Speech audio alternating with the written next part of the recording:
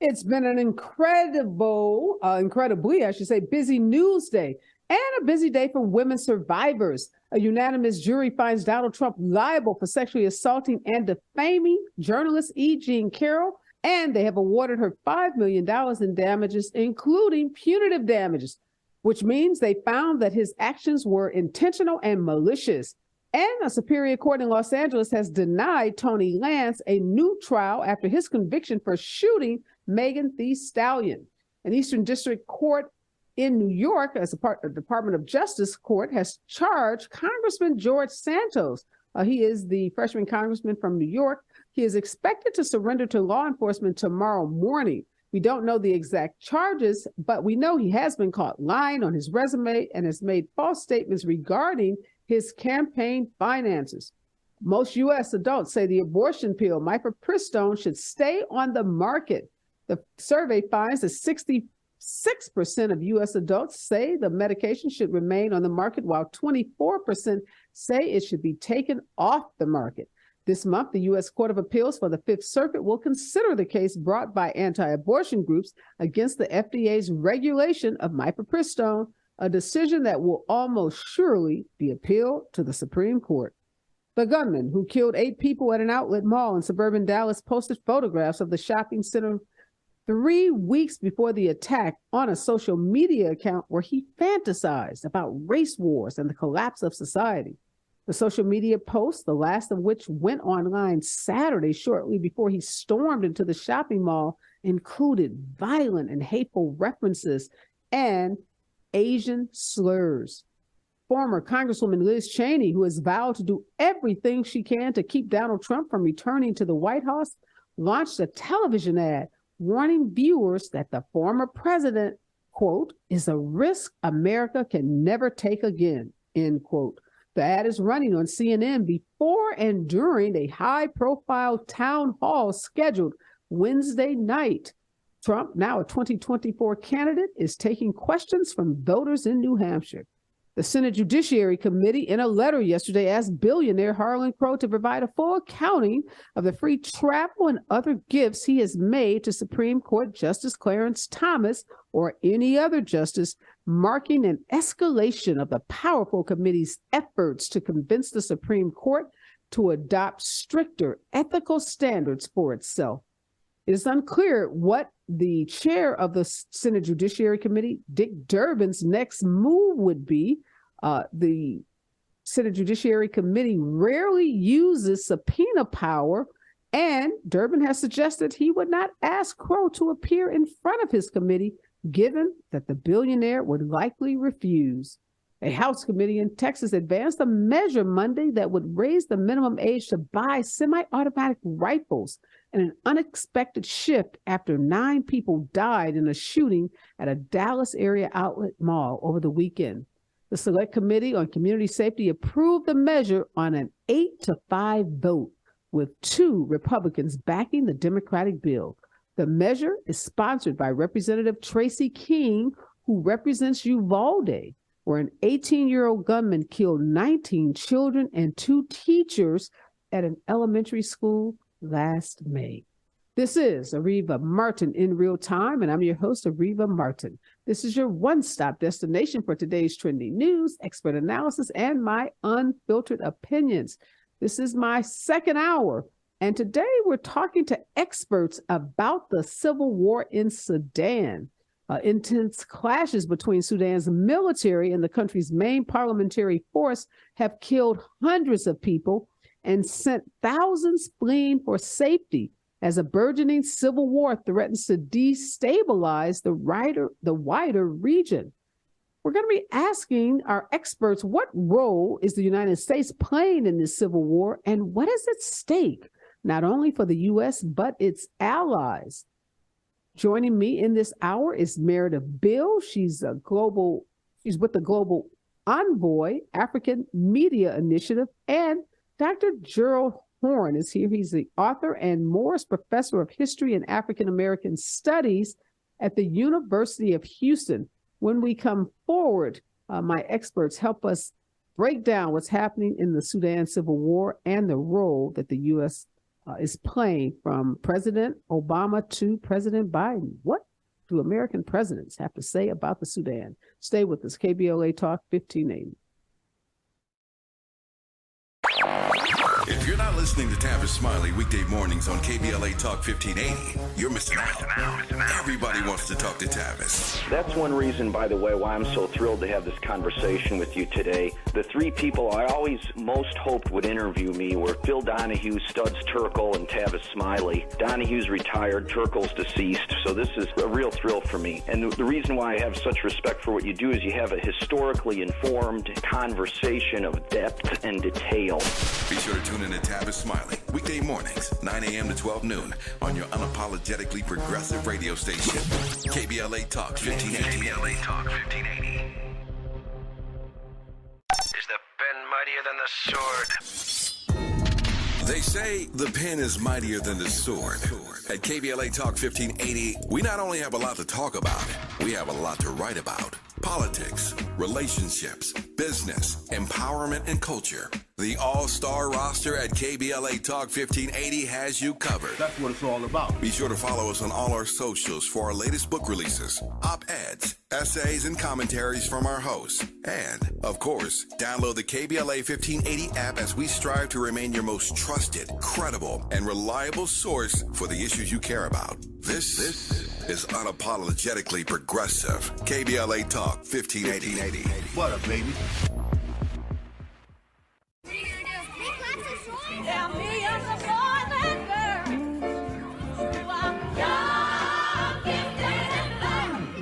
I'm young, gifted, and black.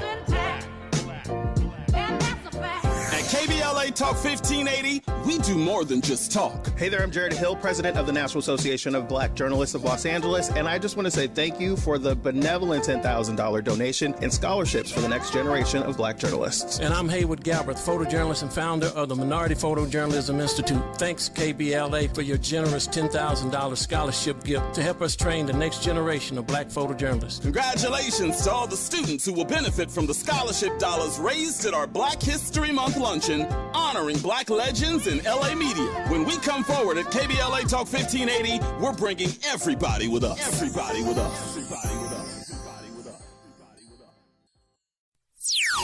Connection established. Access granted. In a survey conducted by the public opinion research firm Eviderus, KBLA Talk 1580 consistently emerged as the station of choice for black audiences in the Los Angeles media market and beyond. The survey also revealed that the vast majority of black audiences are concerned about the lack of black-owned media and are more likely to listen to talk radio that focuses on issues that impact the black community. For some reason, the other talk stations haven't quite figured that out. If you think about KFI, well, KFI only has like a 3% black listenership. 3%. So there's a good 97% out there to support a station like KBLA. At KBLA Talk 15 has been at war with itself for almost 40 of its 67 years as an independent nation. The most recent clashes erupted in the middle of April amid an apparent power struggle between the two main factions of the military regime. One question regional diplomats and Sudanese analysts have been asking is, where is the United States? Now, in the past, the U.S. has played an essential role in bringing together seemingly irreconcilable antagonists and their regional proxies to find a path to peace in Sudan. But on Monday, the glaring lack of high-level diplomacy prompted a bipartisan statement from the House Foreign Affairs Committee urging the Biden administration and the United Nations to appoint senior envoys, saying direct, sustained, high-level leadership from the United States and the United Nations is necessary to stop the fighting from dragging the country into a full-blown civil war and state collapse. Here to help us understand what's happening in Sudan and the role that the U.S. is or not playing is Meredith Beal. She's with the African Media Initiative, and Dr. Gerald Horne. He's an author and professor of history and African American studies at the University of Houston. Welcome, Meredith, and welcome, Dr. Horne. I'm going to start with you, Dr. Horne. Just for those folks who may be a little rusty on their geography, give us, a little history about where the Sudan is, and why has it been at war with itself for the last 60 years or so?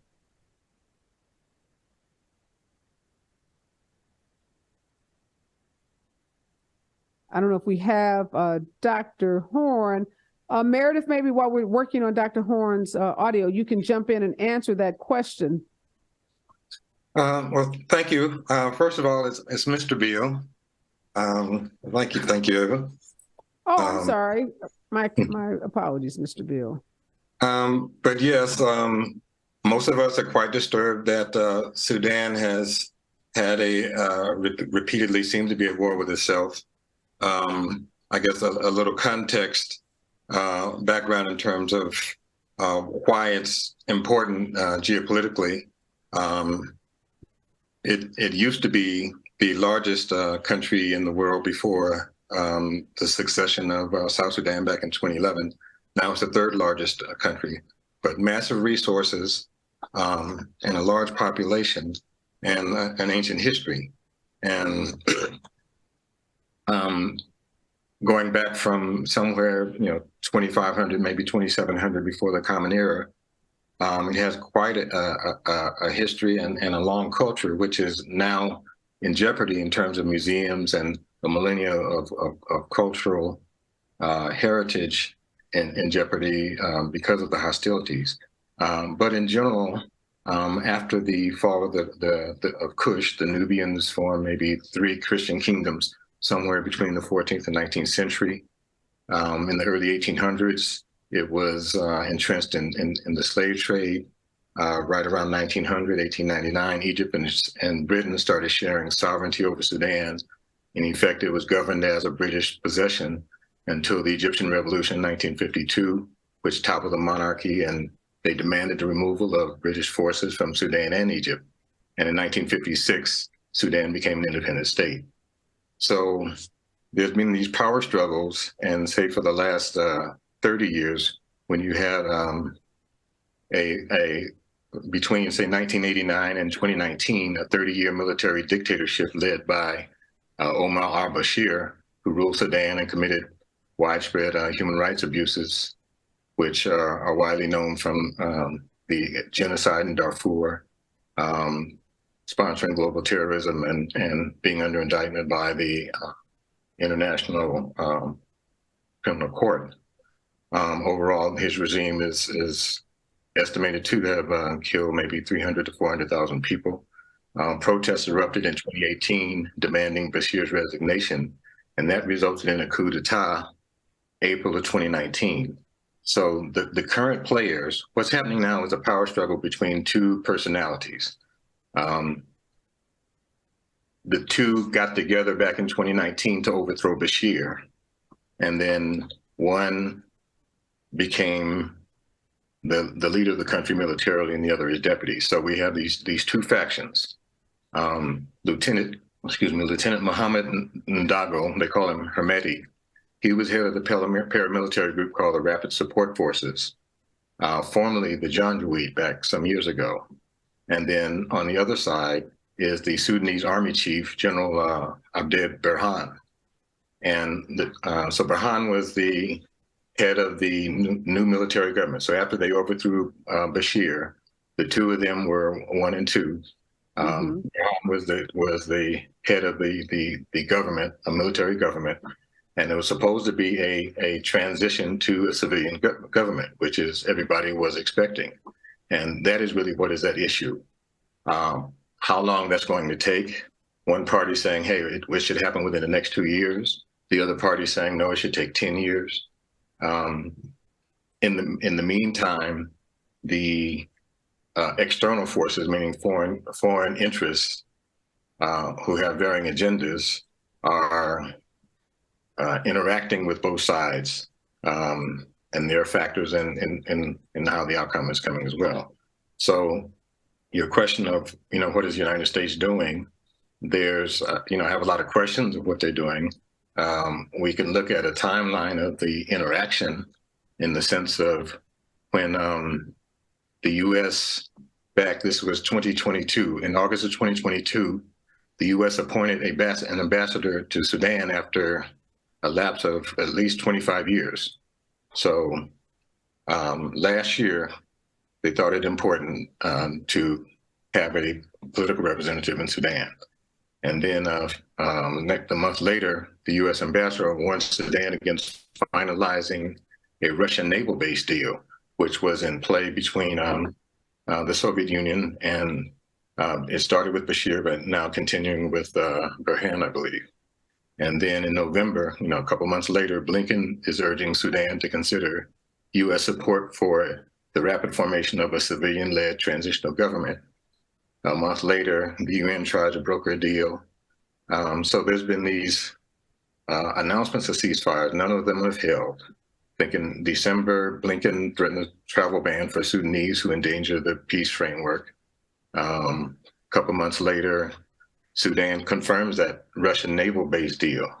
So I think that's one of the critical pieces in this chess game, that back in February of this year, Sudan confirmed the deal for approving Russia to build a naval base there in the Red Sea along their coast. 4 days later, Biden sends almost $300 million in humanitarian aid to Sudan. March, we send another envoy, and then in April, the conflict escalates, and we're where we are now with the end of April, U.S. evacuating their diplomatic representatives in Sudan. So that's a brief overview. No, thank you for that history. Dr. Horne, I want to ask you, again, I'll ask the question, why should Americans care about this? And then what Meredith just said about the Russian naval base that is going to be built in Sudan, how dangerous is that, I guess I should ask, for America? I don't think it's dangerous at all. I think the United States has enough problems with homelessness, with hunger, et cetera, without being worried about what Khartoum does with Moscow.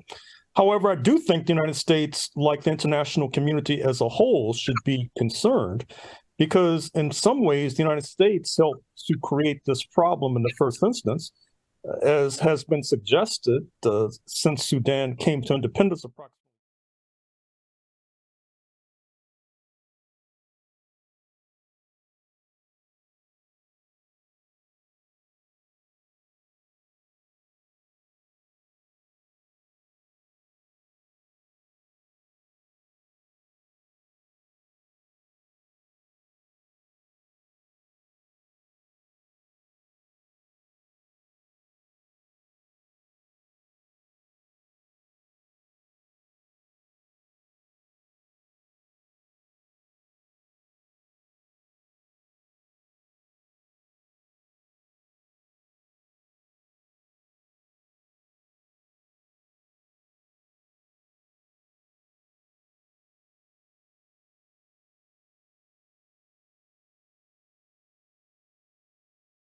Infrastructure of Khartoum, and that in itself helps to explain why Sudan has fallen on hard times, and also sheds light on why the United States should try to rectify the damage, literally, that it has done to Sudan. And keep in mind as well that a number of U.S. allies are deeply enmeshed in Sudan, that is to say, countries over which the United States has influence. Speaking of Egypt, in the first instance, the northern neighbor, and as has been suggested, it too has been deeply involved in Sudanese internal affairs for decades, if not centuries. The Sudanese military may want to emulate, in fact, the Egyptian military, which is heavily involved in the private sector. It would be as if the Pentagon controlled Fox News, Apple, and Microsoft. And that, it seems to me, is unsustainable in Egypt, and exported to Sudan, it would be similarly unsustainable. And likewise, the Gulf Arab states, who are close U.S. allies, are heavily involved in Sudan on the other side of the equation.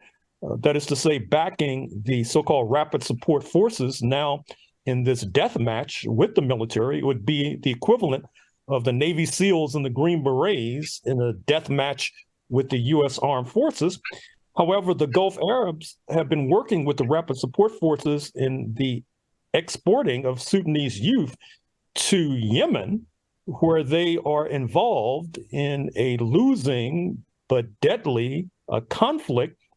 And once again, the United States at least should be counseling its allies to steer clear of Sudanese internal affairs. But I don't think you should hold your breath until that happens. Well, it seems like Dr. Horne, some of the articles that I have read most recently, some folks are calling for the U.S. to get more involved. And I hear what you're saying. You're saying the U.S. has enough of its own domestic issues, homelessness, all kinds of other domestic issues, obviously, mass shootings and issues related to guns in this country. So are you of the opinion that the U.S. does or does not need to get more involved in this civil war?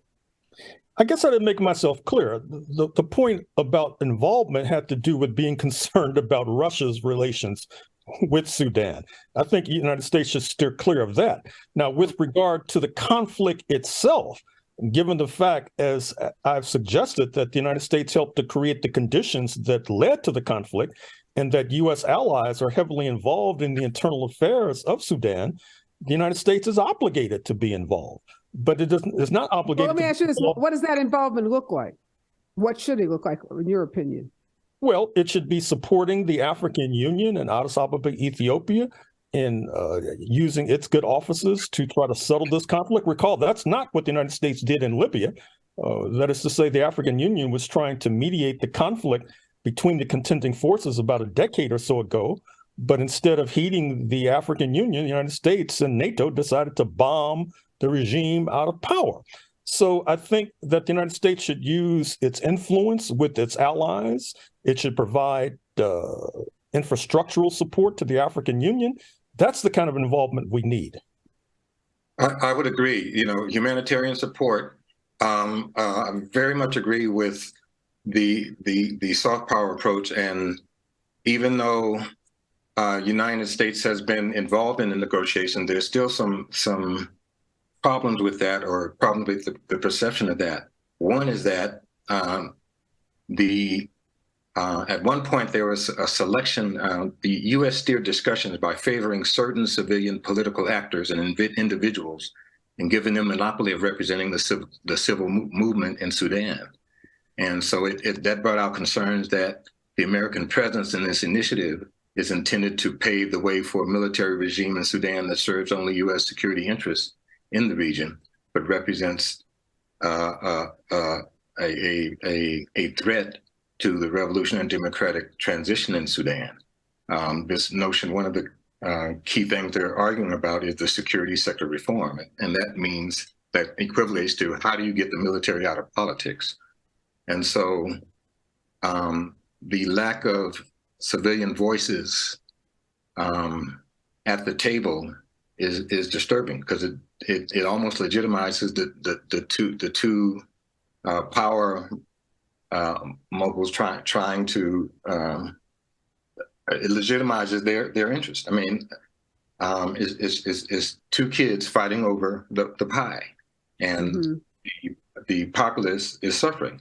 Most of the democratic spirit in Sudan, in my experience, my interaction so far with the Sudanese people that I've interacted with and the journalists there that I've interacted with, the democratic spirit is alive and well. But right now, it's two people struggling over state capture. And state capture is when individuals or families or cliques take control of a country and its resources for their personal use. So, Meredith, what's your impression of the U.S.'s evacuation of American citizens in the Sudan? We know that there's been a lot of criticism of the Biden administration in terms of how that evacuation was carried out. Lots of Americans said they were not given an opportunity to leave. What's your assessment of the evacuation? It could have been done more efficiently, for sure. And with the kind of expertise that we have in our military and civilian forces, there's no reason why that should not have gone smoother. It might have also had to do with listening to intelligence and listening to what's on the ground in terms of how dangerous the situation might be. They definitely needed to evacuate the people in a much more efficient manner than they did, and it should have started sooner. But who can second guess how much information who had at what point? But still, as you know, our brother Dr. pointed out, we've been meddling in a lot of countries' business for a long time. So there's a role for us to play. But I would agree again that let it be led by the African forces, because again, some people, I live in Kenya, East Africa, and a lot of the talk is, okay, is this just a proxy war between the U.S. and Russia? I don't believe it's that simple. I believe that I don't think either of them would bet on just one side. They're probably hedging their bets both ways. I'd be terribly surprised if they weren't both giving money to both sides. Right. And then we have Saudi Arabia and the UAE, United Arab Emirates, who's been pumping in money, and they have their interest. And it also, I would imagine as well, about what kind of transition takes place. Let me have you hold that thought for me, Meredith. We got to go to some commercials. When we come forward, more on the civil war in Sudan and the role that the U.S. is playing right here on KBLA Talk 1580. Gotta stay fresh, my house shot with a rest spot, Have you visited us online for the grand opening of KBLA.store? For the best in new merch, gift ideas, books, media, and more, log on to KBLA.store. Be sure to check out our KBLA team favorites at KBLA.store today. That's KBLA.store for all the official merch on your favorite talk radio station, KBLA Talk 1580. The bounce is back.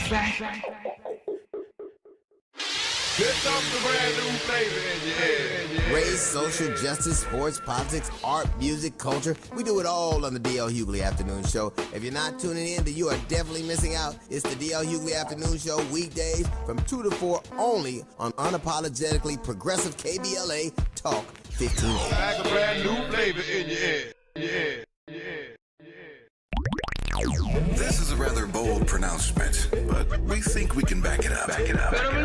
If you come across a radio frequency anywhere putting more variety and more diversity on the air than KBLA Talk 1580, we sure would like to hear about your discovery. You got to have vision. You can search, but we are confident that you won't find more shows covering more topics, hosted by a more diverse and inclusive lineup of talkers than the squad we have assembled here at KBLA Talk 1580. This is the time, brothers. This is the time. We've got something for everybody. That's right. Health and healing, history and humor, issues and events, empowerment and entertainment, all in one station. What's really going on? Free enterprise, you dig? KBLA Talk 1580. Yes. Oh yeah.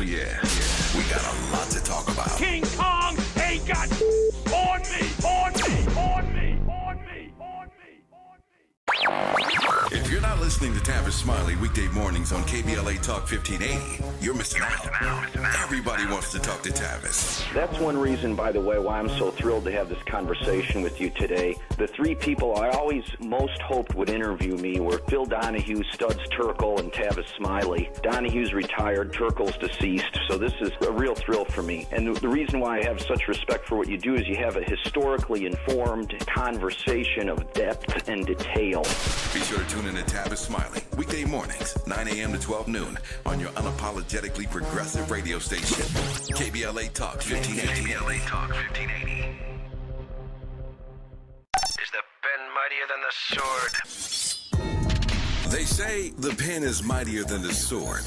At KBLA Talk 1580, we not only have a lot to talk about, we have a lot to write about. Politics, relationships, business, empowerment, and culture. The all-star roster at KBLA Talk 1580 has you covered. That's what it's all about. Be sure to follow us on all our socials for our latest book releases, op-eds, essays, and commentaries from our hosts. And, of course, download the KBLA 1580 app as we strive to remain your most trusted, credible, and reliable source for the issues you care about. This is unapologetically progressive. KBLA Talk 1580. What up, baby? Tell me I'm the boy that girl.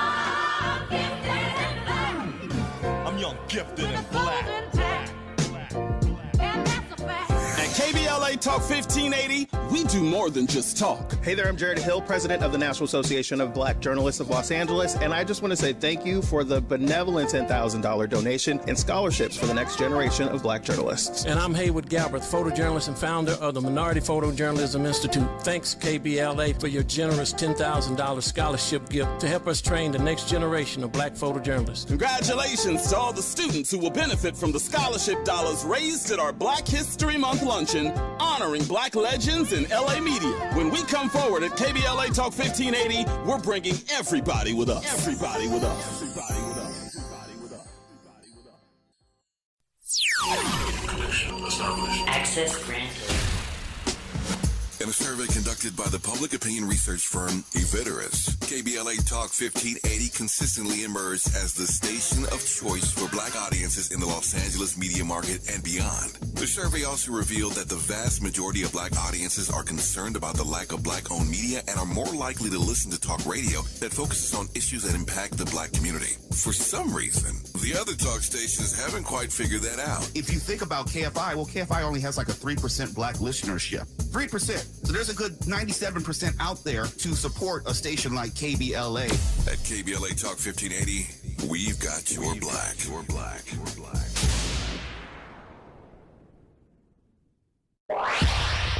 Follow the leader. KBLA Talk 1580. Follow the leader. Be sure to follow us on Instagram at KBLA 1580. Follow the leader. Are you ready?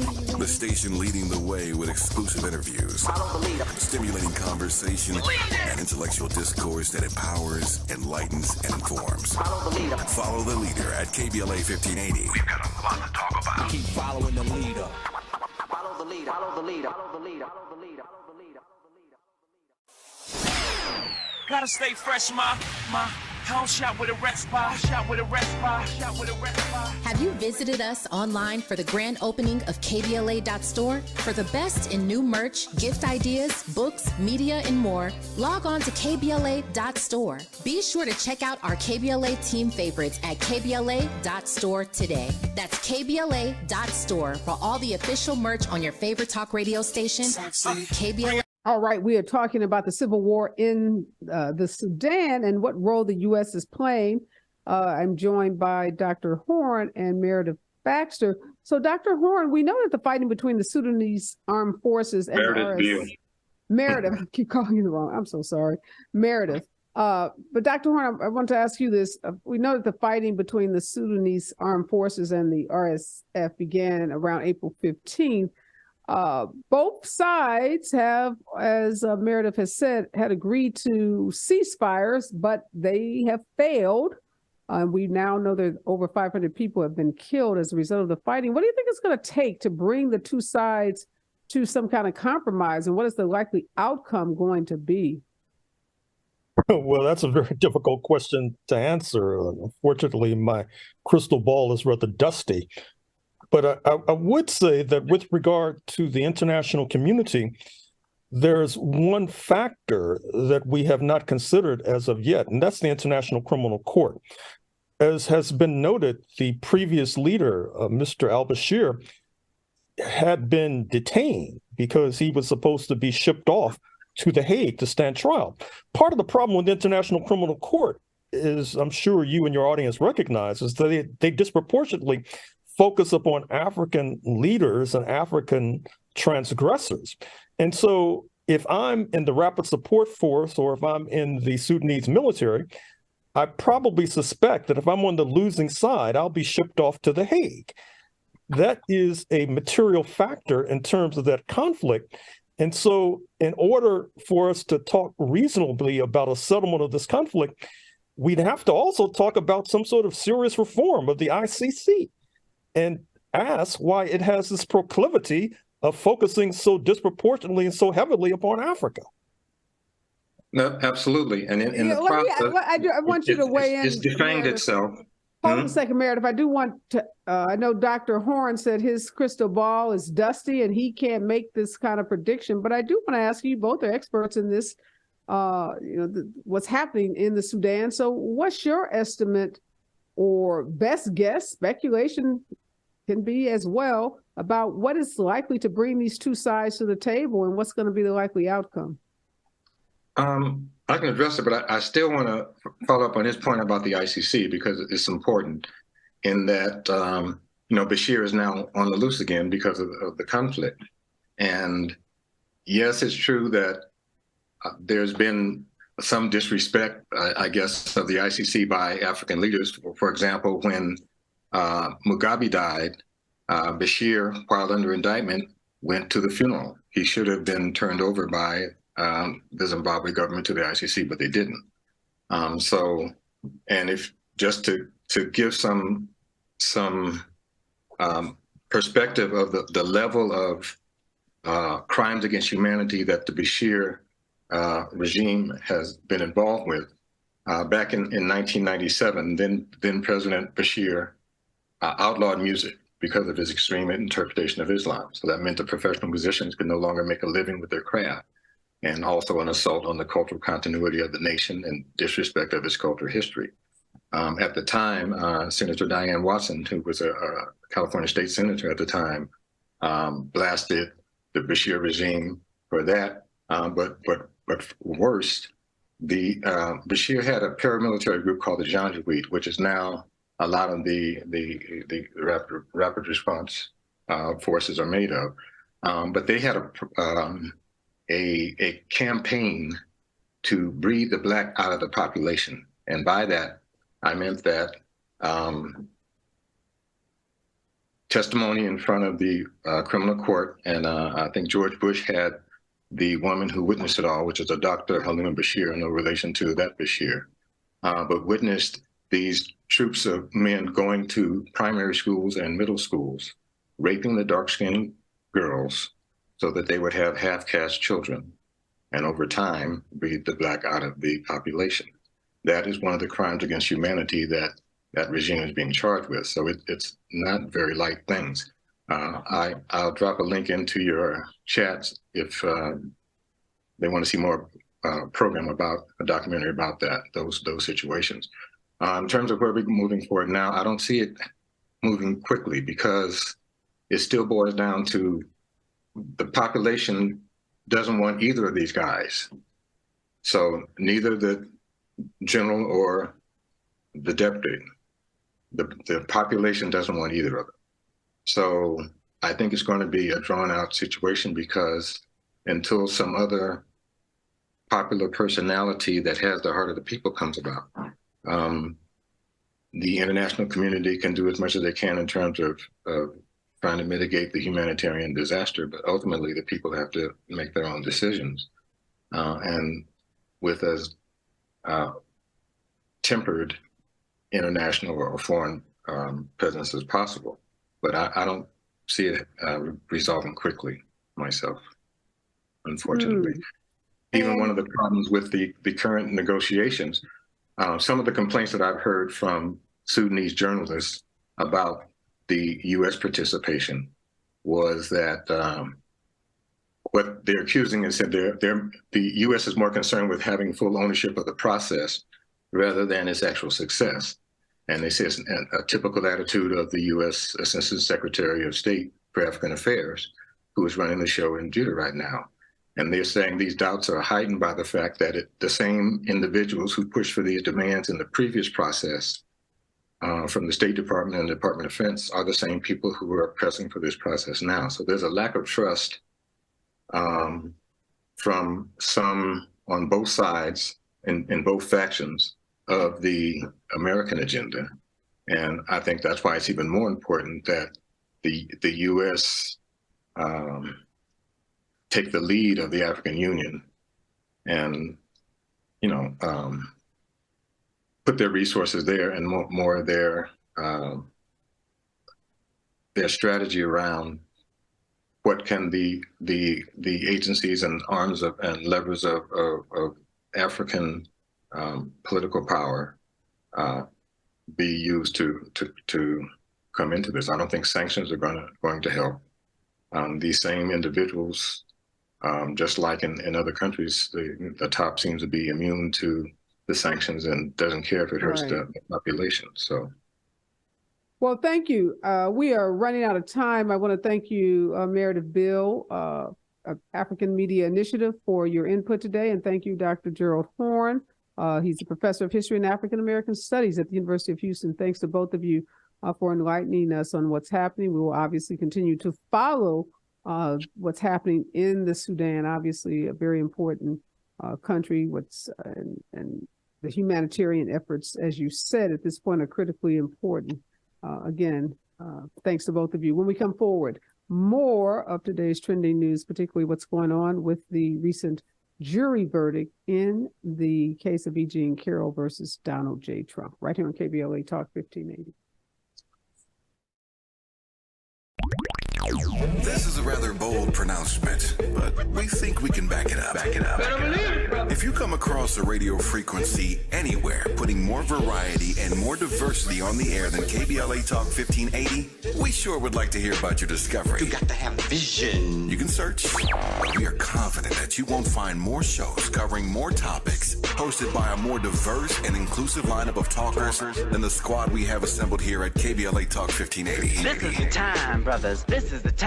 We've got something for everybody. That's right. Health and healing, history and humor, issues and events, empowerment and entertainment, all in one station. What's really going on? Free enterprise, you dig? KBLA Talk 1580. Yes. Oh yeah. We got a lot to talk about. King Kong ain't got on me.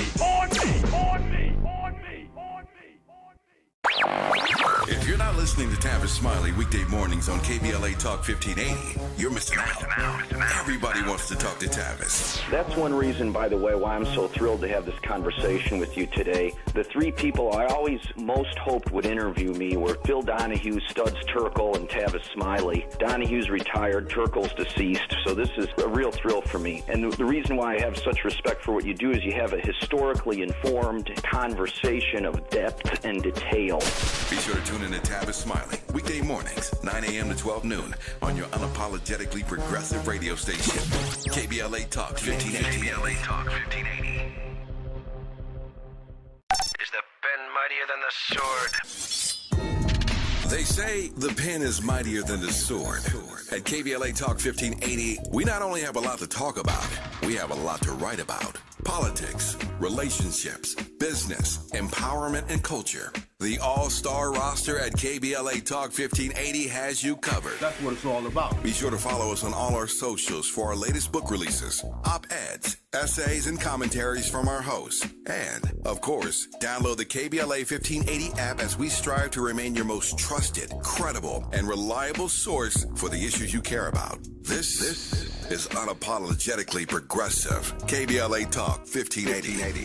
What up, baby? Tell me I'm the boy and girl who I'm young, gifted, and black. I'm young, gifted, and black. And that's a fact. At KBLA Talk 1580, we do more than just talk. Hey there, I'm Jared Hill, president of the National Association of Black Journalists of Los Angeles, and I just want to say thank you for the benevolent $10,000 donation in scholarships for the next generation of black journalists. And I'm Haywood Galbraith, photojournalist and founder of the Minority Photojournalism Institute. Thanks, KBLA, for your generous $10,000 scholarship gift to help us train the next generation of black photojournalists. Congratulations to all the students who will benefit from the scholarship dollars raised at our Black History Month luncheon, honoring black legends in LA media. When we come forward at KBLA Talk 1580, we're bringing everybody with us. Everybody with us. Everybody with us. Everybody with us. Everybody with us. We are back, and unless you've been under a rock, you have heard the news that Donald Trump was found liable for sexually assaulting and defaming journalist E. Jean Carroll in a Manhattan federal court today. And I don't think we can gloss over how significant this jury verdict is.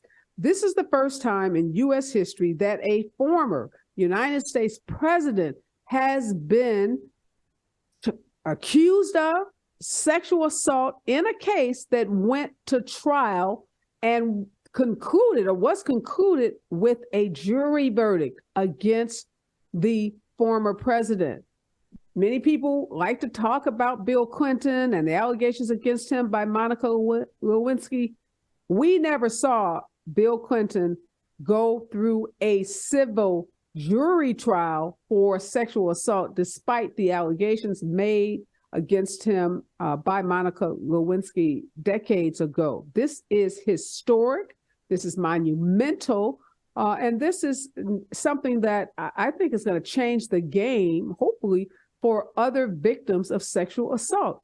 Again, as I said in the first hour of the show, I have been a civil rights lawyer for the better part of 2 decades. I have been involved in sexual assault, sexual harassment cases, and I can tell you from firsthand experience that these cases are tough. They're tough to win, and they're even tougher when you have powerful men who are the defendants. And many women will not come forward when they have been sexually assaulted and sexually harassed because they don't want to be maligned. They don't want their reputations and their character maligned in the way that we saw Trump's attorney try to do with E. Jean Carroll. Donald Trump called her a liar. Donald Trump basically said she's not my type. I wouldn't be interested in someone that looks like her. And then his lawyer went after her so aggressively during cross-examination during this trial. And Donald Trump, as I said earlier, was so dismissive of this lawsuit that he didn't even bother to come into New York City. He didn't bother to come into the trial. He didn't bother to even take the witness stand to raise his hand to deny the allegations made against him. He thought that he could bully E. Jean Carroll through his lawyer in the way that he has bullied so many other women from even coming forward and telling their stories. So I want to take the next 10 minutes of this show just to kind of break down what happened in this trial, again, because it is so incredibly significant. And anybody that's sitting there saying, oh, well, he's not going to jail or $5 million ain't nothing to a billionaire, you are wrong. This case and this jury verdict is significant. This has never happened in the history of this country. And Donald Trump is the first ever former president to have been, had to go through a jury trial of this nation and who now has been impeached twice, has been indicted by the district attorney, is under federal investigation, is under investigation by another district attorney in Georgia, and now has a jury verdict against him for sexual assault. Don't sleep on this. This is huge. So what did the jury decide? The jury decided that E. Jean Carroll proved by a preponderance of the evidence that Trump sexually assaulted her, abused her, and that she was injured as a result of his conduct. So this is a civil trial. The standard isn't beyond reasonable doubt. The standard in a civil case is preponderance of the evidence. It's a lower standard, but still very significant. The jury decided that $2 million would fairly and adequately compensate E. Jean Carroll for her injuries. Again, significant. I can tell you, firsthand experience, having been involved in these cases, a $2 million jury verdict for a case that happened over 30 years ago.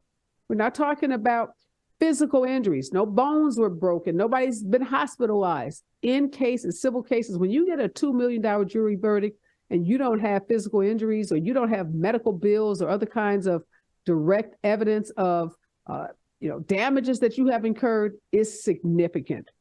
Jury also decided that Trump should pay E. Jean Carroll $20,000 in punitive damages because his conduct was willful. It was malicious. It wasn't just negligent.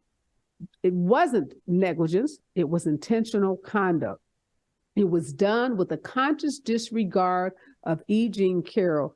And he was so reckless and so careless and malicious in his conduct. Again, significant finding by this jury, because the jury could have found him liable without getting to punitive damages. But they didn't just find him liable. They went a step further and they found that his conduct was malicious and intentional, and they awarded punitive damages. They also found that Trump defamed E. Jean Carroll and that she was injured as a result. And again, this is related to that October 2022 Trump social media post about E. Jean Carroll. They decided that she should be paid $1 million for damages unrelated to a reputation repair program and $1.7 million for a reputation repair program only. So keep in mind, again, defamation cases, also very, very difficult cases to bring. And Trump made a post on social media, basically calling her lawsuit a hoax, calling her a liar. And for that, she was awarded $1 million. Jury also found that he acted maliciously with respect to the defamation and that she should be paid $280,000 because of his reckless disregard for her and her reputation.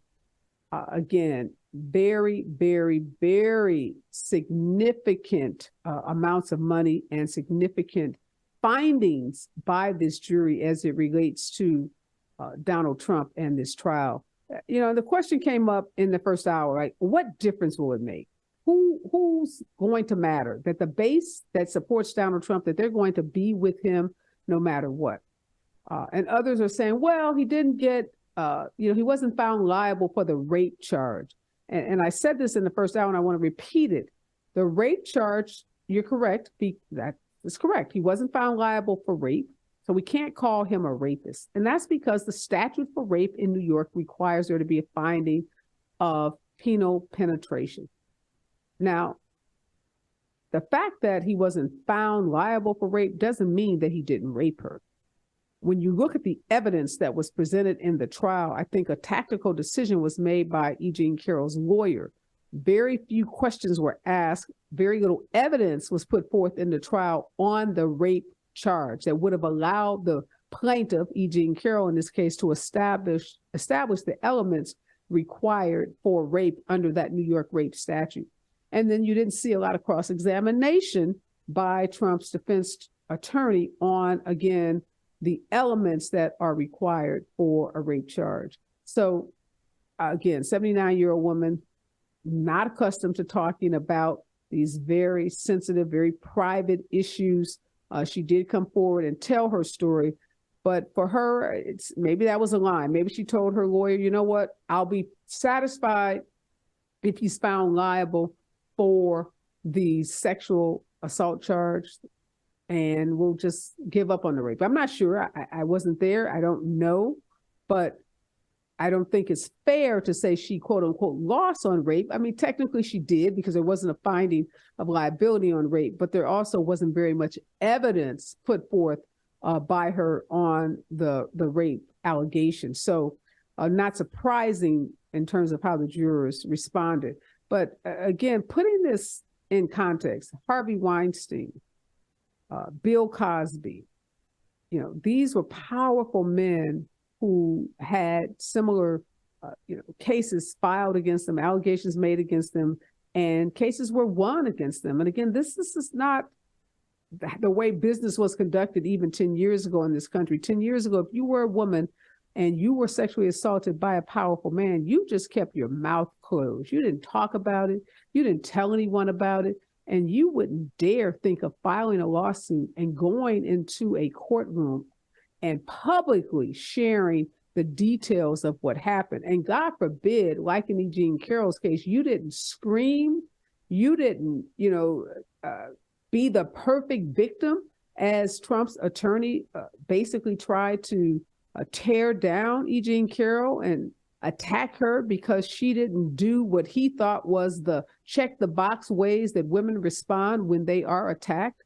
And we all know, and if you've ever been the victim of sexual assault or sexual harassment, you know that your response isn't always consistent with this textbook notion of what women should do. Oftentimes, women are so traumatized in that moment, they freeze, they panic. They're afraid for their lives, oftentimes not sure if their attacker is going to use violence, try to strangle them, choke them. We know that domestic violence often happens between people that know each other. So there are no textbook ways, no perfect ways for victims to respond and to behave. And again, this case so significant on so many levels. I talked about the fact that these witnesses, these two other women, were allowed to testify. I'm not certain that the case would have had the same outcome without those witnesses, without those women saying, Donald Trump did this to me. We know that that kind of testimony has a huge impact on jurors when they hear that this is a pattern. This is the modus operandi of this person. This is how they behave. We know that's why that tape, that Access Hollywood tape, was also so important, because that was Donald Trump saying, this is what you do to women. This is how you treat women. You disrespect them. You grab them by the pee, because that's how little respect he has for women. So again, significant jury verdict today. A big win for the Me Too movement and for women all over this country who have been victims of sexual assault. Hopefully this now sets a precedent and allows those women to come forward, to have the courage to speak for us. To speak up. We know that there is strength in numbers. So bravo to the lawyer that took this case on and got this jury verdict. She is a badass. Super important that we acknowledge the great work done by the lawyers of E. Jean Carroll. All right, y'all, I'm out. You can follow me on social media at Areva Martin and continue this conversation, because I'm going to be talking about it all over the news for the next 24 hours. Next voice that you hear will be Robin Ayers and the Raw Report right here on KBLA Talk 1580. Gotta stay fresh, my house shot with a rest bar, shot with a rest bar, shot with a rest bar. Have you visited us online for the grand opening of KBLA.store? For the best in new merch, gift ideas, books, media, and more, log on to KBLA.store. Be sure to check out our KBLA team favorites at KBLA.store today. That's KBLA.store for all the official merch on your favorite talk radio station, KBLA Talk 1580. The bounce is back.